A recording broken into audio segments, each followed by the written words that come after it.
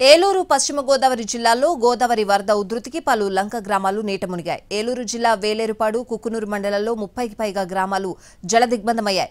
పశ్చిమ గోదావరి జిల్లా నర్సాపురం, యలమంచిలి, ఆచంట మండలాల్లోనూ పలు గ్రామాలు జలమయమయ్యాయి. భద్రాచలం నుంచి వరద ప్రవాహం దిగువకు వచ్చే కొద్దీ రైతులు మరింతగా ఆందోళన చెందుతున్నారు. ఇప్పటికే వేలాది ఎకరాల్లో పంటలు నీట మునిగాయి.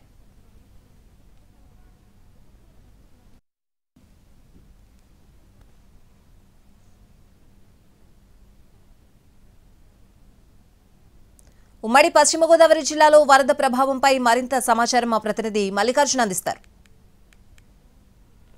గోదావరి మహోగ్ర రూపం దాల్చడంతో ఉమ్మడి పశ్చిమ గోదావరి జిల్లాలోని వేలేరుపాడు, కుక్కునూరుతో పాటు డెల్టా ప్రాంతంలోని యలమంచిలి, నరసాపురం, అలాగే ఆచంట మండలాల్లో వరద ప్రభావం తీవ్రంగా కనిపిస్తోంది. ప్రస్తుతం యలమంచిలి మండలంలో ఉన్నటువంటి పరిస్థితిని మనం ఇక్కడ చూడొచ్చు.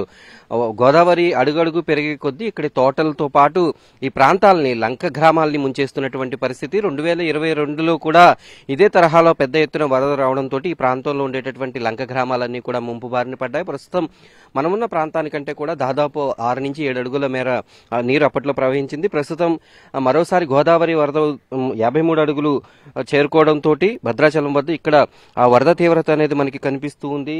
ఆ గోదావరి నుంచి ఇలాగ బ్రిడ్జిల్ని ముంచుకుంటూ ఆ వరద నీరు లంక గ్రామాల్లోకి చేరుతోంది. దీంతో పంట పొలాలు నష్టపోతున్నటువంటి పరిస్థితి. ఈ ప్రాంతంలో ఎక్కువగా తమలపాకు, అలాగే కొబ్బరి, అరటి తోటలు ఎక్కువగా ఉంటాయి.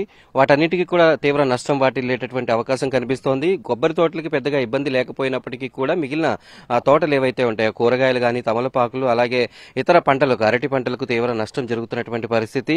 ఇప్పటికీ కూడా మరొక 3 రోజుల పాటు వరద తీవ్రత కొనసాగడం, అలాగే భారీ వర్షాలు కురుస్తున్నాయనేటటువంటి నేపథ్యంలో ఇక్కడ రైతుల్లో కొంత ఆందోళన కనిపిస్తోంది. మనతో మాట్లాడేందుకు స్థానికులు ఉన్నారు. అలా చెప్పండి, ఏంటి, ఎక్కడి నుంచి వస్తున్నారు, ఏంటి పరిస్థితి, ఎలా ఉంది వరద? గోదావరి కాడి నుంచి వస్తున్నామండి. నిన్న మీద బాగా పెరిగిందని కొంత ఒక 2 అడుగులు గోదావరి దాకానే.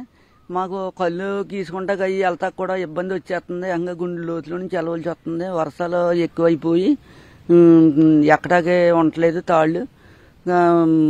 వరద గురించి చాలా ఇబ్బంది అయిపోతుంది. వర్షాలు కురిసేసి తాళ్ళు గీతకేమో అంతరాయం కలుగుతుందండి. కళ్ళు తీత మరి సాగుతుందా ఇప్పుడు? ఈ సమయంలో వర్షాలు కూడా బాగా కురుస్తున్నాయి కదా, కొండల పరిస్థితి ఏంటి? కొండల పరిస్థితి అంటే అండి, ఇంకా నిండిపోతే వలబోసేయటమండి. పట్టుకెళ్తాక కుదరదండి కళ్ళు. మరి ఎలాగా, మరి వరద తగ్గే వరకు ఉపాధి ఎలాగా మరి మీకు? వరద తగ్గిదాకా అంటే ఇంక అంతే ఉపాధి అండి. ఇంక అలాగే వెళ్తాం, రావటం, గీస్తాం, ఇలాగ వర్షం వచ్చేయటం, వరద రావటం ఇలాగ పోతున్నాయండి. పోయినసారి ఎక్కడ దాకా వచ్చింది? ప్రతి సంవత్సరం ఏంటి పరిస్థితి? ప్రతి సంవత్సరం ఇలాగే ఉంటుంది? ప్రతి సంవత్సరం ఇలాగే వస్తుందండి. మొన్న పోయిన సంవత్సరం కూడా గట్టుకి వచ్చింది ఇదే వరద, కొంత ఎక్కువగా వచ్చింది. పంట పొలాలన్నీ కూడా మునిగిపోయి ఉండడంతో, వ్యవసాయ పనులు కూడా ఉండకపోవడంతో వాళ్ళకి ఉపాధి కోల్పోయేటటువంటి అవకాశం ఉంటుంది. ప్రతి ఏటా కూడా గోదావరి వరద లంక గ్రామాల్లో మిగులుస్తున్నటువంటి విషాదం ఇది. వీడియో జర్నలిస్ట్ కరి శ్రీనివాస్తో మల్లికార్జున్, యలమంచిలి నుంచి.